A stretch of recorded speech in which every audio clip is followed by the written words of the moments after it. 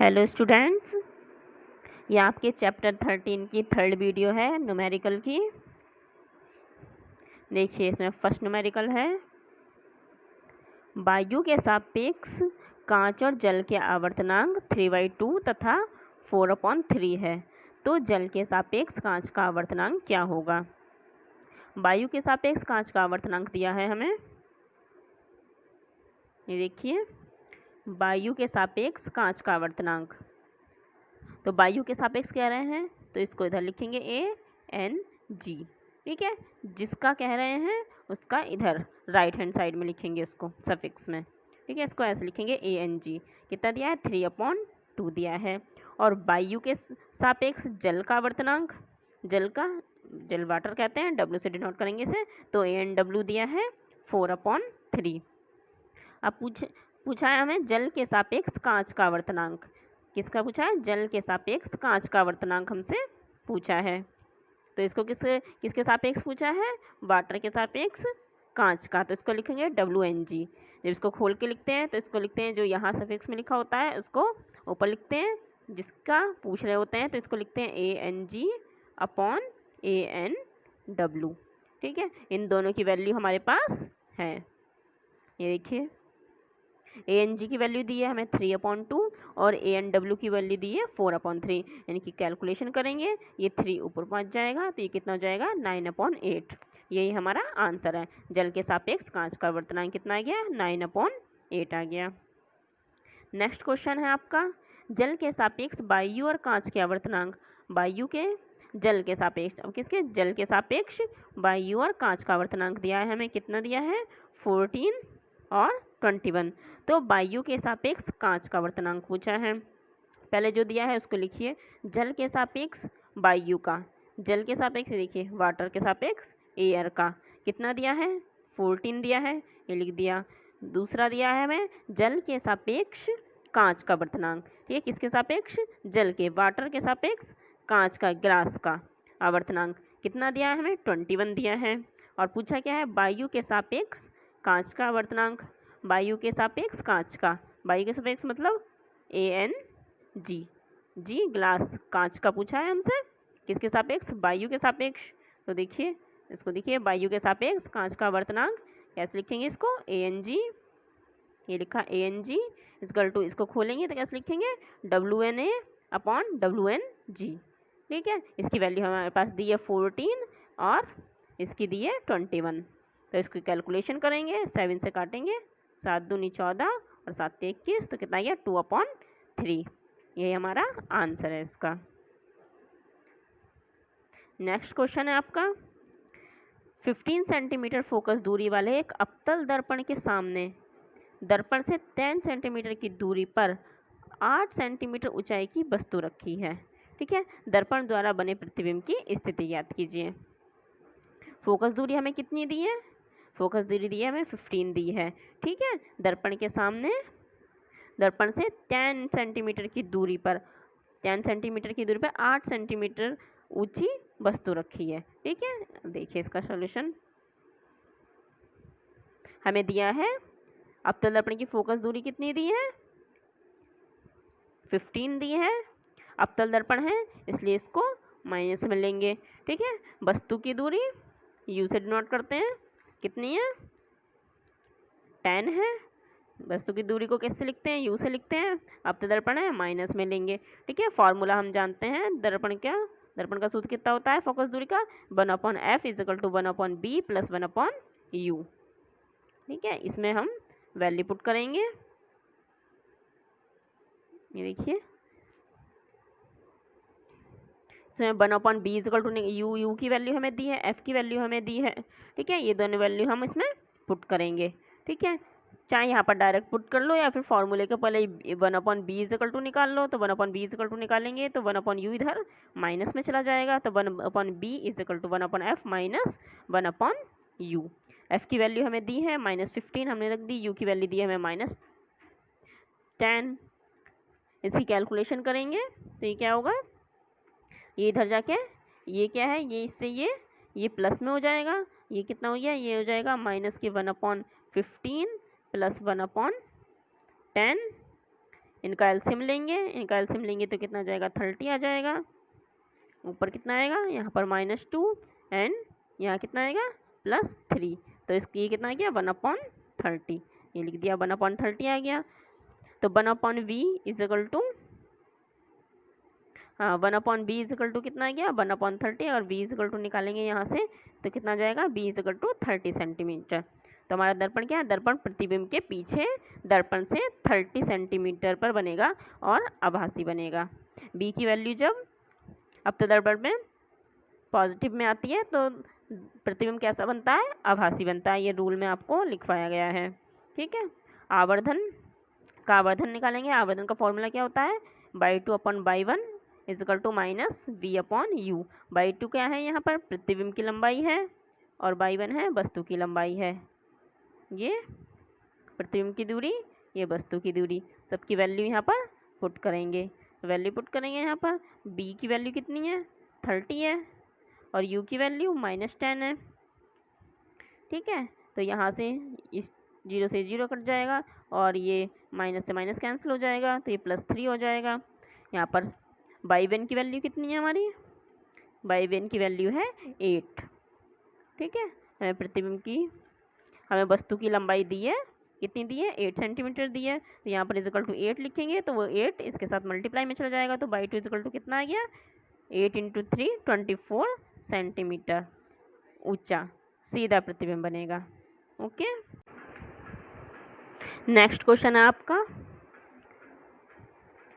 30 centimetre वक्रता त्रिज्या के उत्तल दर्पण के सामने 5 सेंटीमीटर ऊंचाई की वस्तु दर्पण से 10 सेंटीमीटर की दूरी पर रखी है। प्रतिबिंब की स्थिति, आकार तथा प्रकृति बताइए, ठीक है। 30 सेंटीमीटर वक्रता त्रिज्या, r की वैल्यू दी है, r is equal to 30 centimetre, ठीक है। इससे हम क्या निकाल सकते हैं, दर्पण की फोकस दूरी निकाल सकते हैं। फोकस दूरी इज इक्वल टू, फोकस दूरी का फॉर्मूला होता है वक्रता त्रिज्या अपॉन 2। वक्रता त्रिज्या कितनी दी है, मैं 30 दी है, तो 30/2 हो गया। इस 2 से इसको काटेंगे 15 सेंटीमीटर। फोकस दूरी आ गई हमारी 15 सेंटीमीटर। उत्तल दर्पण की फोकस दूरी धनात्मक होती है, ठीक है। तो f की वैल्यू किस में लेंगे, हम पॉजिटिव में लेंगे, ठीक है। प्रतिबिंब की दूरी हमें बतानी है। फॉर्मूला होता है 1/f is equal to 1/b plus 1/u। इनकी हम वैल्यू पुट करेंगे, ठीक है। फॉर्मूले में f की वैल्यू कितनी है हमारी 15 है, b हमें निकालना है 1/b। u की वैल्यू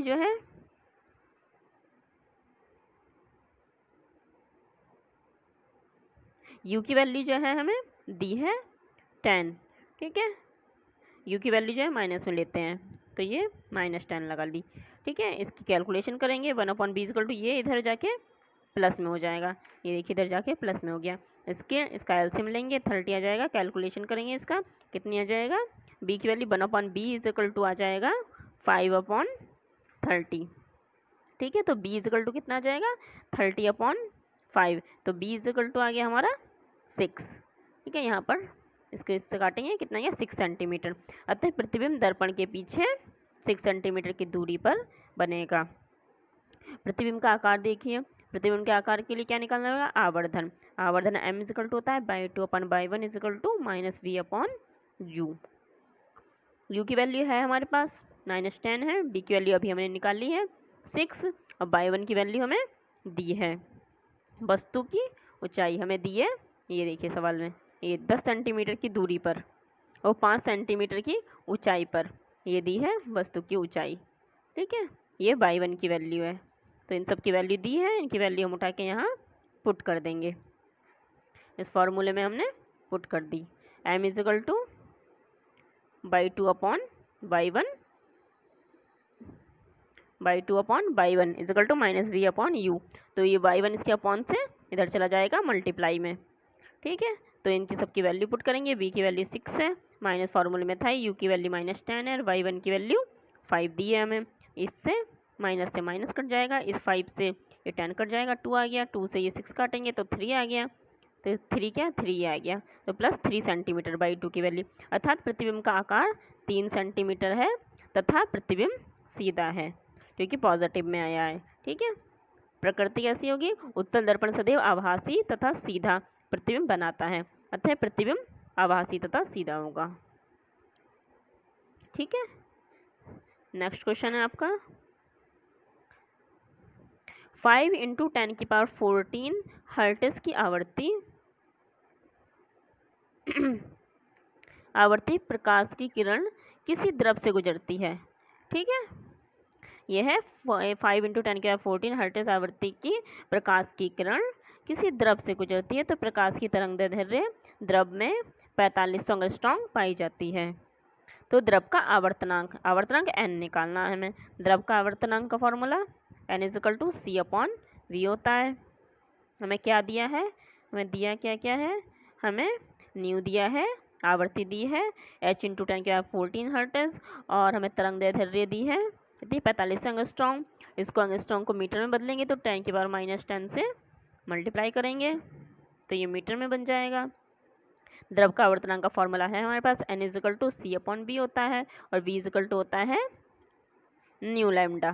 ठीक है, तो हमारे पास c की वैल्यू हम जानते हैं 3 × 10⁸ होती है और न्यू की वैल्यू हमें दी है 5 × 10⁻14 हर्ट्ज एंड लैम्डा की वैल्यू भी हमें दी है 4500 × 10⁻10 मीटर में। ठीक है, इसकी कैलकुलेशन करेंगे, इनकी कैलकुलेशन आप लोग कर लोगे, मल्टीप्लाई करके डिवाइड करके कितना जाएगा 1.33 आंसर आ जाएगा आपका। ये द्रव का आवर्तनांक निकल के आ जाएगा। ओके, नेक्स्ट क्वेश्चन है आपका, नेक्स्ट है आपका जल का आवर्तनांक। जल का आवर्तनांक दिया है हमें 1.3 तथा कांच का आवर्तनांक दिया है 1.5। ये देखिए, हाँ, ये जल का आवर्तनांक दिया है हमें 1.3। जल का आवर्तनांक मतलब वाटर का, जब सापेक्ष में कुछ नहीं कहते तो एयर को मानते हैं सापेक्ष में, तो ANW हमें कितना दिया है 1.3 दिया है। ठीक है, तथा कांच का आवर्तनांक, कांच का मतलब Ng, W का Ng का एयर के सापेक्ष मान लेते हैं। ठीक है, तो कांच का आवर्तनांक कितना दिया है 1.5 दिया है। यदि जल में प्रकाश की चाल, हमें जल में प्रकाश की चाल दी है, किसमें दी है, जल में दी है, तो 2.25 × 10⁸ जल में दी है। इसकी तो VW वाटर में दी है, इसलिए इसको VW सफिक्स में W लिख लेंगे। कितना दिया है ये हमें 2.25 मीटर पर सेकंड। तो कांच में प्रकाश की चाल कितनी हुई, तो कांच में पूछ रहे हैं प्रकाश की चाल, VG हमसे पूछ रहे हैं। ठीक है, ये सब हमें दिया है, यहाँ देखिए इसमें साफ साफ दिखाई दे रहा है। ये देखिए एन की W की वैल्यू हमें दी है, कितनी दी है 1.3 एंड ANG की वैल्यू दी है 1.5। n = कितना होता है, n = होता है c/v। तो अगर कांच के सापेक्ष वो कांच का आवर्तनांक कह रहे हैं तो कांच, तो इसका वेलोसिटी भी क्या है, कांच वाली लेंगे, BG लिखेंगे, ये लिख दी यहाँ पर। ऐसे ही वाटर में आवर्तनांक दिया है तो इसका c/c तो सबके लिए कांस्टेंट है, इसके आगे W या कांच कुछ भी लगाने से कोई फ़र्क नहीं पड़ेगा, कांस्टेंट वैल्यू है सी की, तो इसे C ही लिखेंगे। ANW = c/VW और यहाँ पर VG लिखेंगे। ठीक है, अब देखिए इस इक्वेशन इसको इससे डिवाइड करेंगे। ठीक है, इससे हमारे पास क्या है, किसकी फॉर्म में आ जाएगा, BG और BW की फॉर्म में हमारी इक्वेशन बन जाएगी। ठीक है, तो हमने इसको इससे डिवाइड कर दिया है। ठीक है, तो ये इक्वेशन लिखिए, इसके अपॉन में क्या आ जाएगा, ये वाली आ जाएगी, इससे डिवाइड कर रहे हैं तो C/BG = में कितना जाएगा 1.5 आ जाएगा। ये लिखा हुआ है, ये C से ये C कैंसिल हो जाएगा और ये BG जो है ये ऊपर पहुंच जाएगा, तो ये BG ऊपर पहुंच जाएगा और ये BW नीचे आ जाएगा। ये तो इस C से ये C कैंसिल हो गया, तो BG/BW कितना आ गया 1.3/1.5 ये आ गया। अब ये BW जो है इधर मल्टीप्लाई में चला जाएगा, इसके ये आ गया इधर मल्टीप्लाई में। ठीक है, इसकी वैल्यू हमें दी है तो 1.3 इस पॉइंट से ये पॉइंट हट जाएगा नीचे, इसका दोनों का ऊपर नीचे से पॉइंट हट जाएगा, तो कितना गया 13/15 इंटू VW की वैल्यू हमें दी है 2.25 × 10⁸ मीटर पर सेकेंड। इनकी कैलकुलेशन करेंगे, इन सबकी कैलकुलेशन करके आ जाएगा हमारा 1.95 × 10⁸ मीटर पर सेकेंड। ये आपका आंसर है। ठीक है, नेक्स्ट क्वेश्चन है आपका एक प्रकाश किरण निर्वात से n आवर्तनांक के माध्यम में जाती है। ठीक है, यदि आपतन कोण अपवर्तन कोण का 2 गुना हो तो अपवर्तन कोण का मान n के पदों में ज्ञात कीजिए। देखिए हमें क्या दिया है, आपतन कोण अपवर्तन कोण का 2 गुना है, तो आपतन कोण I इंसिडेंट एंगल, अपवर्तन कोण R का 2 गुना है। ठीक है, I इजिकल टू कितना है 2R। n का फॉर्मूला हम जानते हैं स्नेल के नियम से, n is equal to sine I upon sine R होता है। यहाँ पर ये क्या है, I की वैल्यू कितनी है 2R है, ये हमने पुट कर दी sine 2R upon sine R। ठीक है, साइन 2R का फॉर्मूला होता है यहाँ पर 2 साइन R कॉस R। ठीक है, ये साइन 2R का फॉर्मूला होता है, अपॉन में है साइन R हमारा। ठीक है, इस साइन R से साइन R कैंसिल हो गया, कितना बचा 2 कॉस R, तो ये n इजिकल टू कितना आ गया हमारा 2 कॉस R। ठीक है, हमें क्या निकालना था, अपवर्तन कोण रिफ्रैक्टिव एंगल निकालना है, मतलब R की वैल्यू निकालनी है। तो R इजिकल टू कैसे निकालेंगे, तो ये 2 क्या है इसके अपॉन में चला जाएगा, तो कॉस R इजिकल टू कितना आ गया, कॉस R इजिकल टू आ गया n अपॉन 2। ठीक है, फिर हमें R निकालना है, अब यहाँ से R की वैल्यू निकालनी है, तो ये कॉस जो है ये इधर इन्वर्स में चला जाएगा, तो R इजिकल टू कितना आ गया, कॉस इन्वर्स ये लिखा है यहाँ पर, कॉस इन्वर्स n अपॉन 2, इसका आंसर आ गया। नेक्स्ट क्वेश्चन है आपका, वायु के सापेक्ष कांच एवं जल के आवर्तनांक 3/2 तथा 4/3 हैं। कांच से जल पर आपतित प्रकाश की किरण के लिए क्रांतिक कोण का मान याद कीजिए। ठीक है, हमें ANG दिया है, कांच का आवर्तनांक दिया है 3/2 और जल का आवर्तनांक दिया है 4/3। अब हम कांच का आवर्तनांक निकालेंगे जल के सापेक्ष, तो कितना आएगा ANG अपॉन ANW, जो यहाँ लिखा होता है लास्ट में, इसको ऊपर लिखते हैं, इधर वाले को नीचे लिखते हैं। ठीक है, तो इसकी वैल्यू हमारे पास है 3/2 और ANG की वैल्यू है 4/3। तो एक ही कैलकुलेशन करेंगे तो ये कितना जाएगा 9/8 आ जाएगा। ठीक है, तो ANG की वैल्यू आ गई हमारे पास 9/8। ठीक है, आगे देखिए, कांच से जल पर आपतित प्रकाश की किरण के लिए यदि क्रांतिक कोण C है तो, ठीक है C, इसका फॉर्मूला हम जानते हैं, कितना होता है, ये होता है साइन C इजिकल टू होता है 1/n, तो WNG लिखेंगे इसको, इसकी वैल्यू हमारे पास है n इजिकल टू कितना होता है हमारे क्रांतिक कोण में 1/sin C, और जब sin C इजिकल टू लिखेंगे तो कितना लिखेंगे 1/n लिखेंगे। तो कांच का आवर्तनांक कह रहे हैं हम जल के सापेक्ष, तो इसकी वैल्यू हमने अभी निकाली है 9/8, ये 8 क्या है ऊपर चला जाएगा, तो साइन C की वैल्यू कितनी आ गई 8/9। ठीक है, क्रांतिक कोण की वैल्यू कितनी आएगी, यहाँ से अगर हम C की वैल्यू निकालें तो ये साइन जो है ये इधर इन्वर्स में चला जाएगा इधर। ठीक है, तो ये आ गया हमारा answer, C is equal to sine inverse 8/9। Okay students.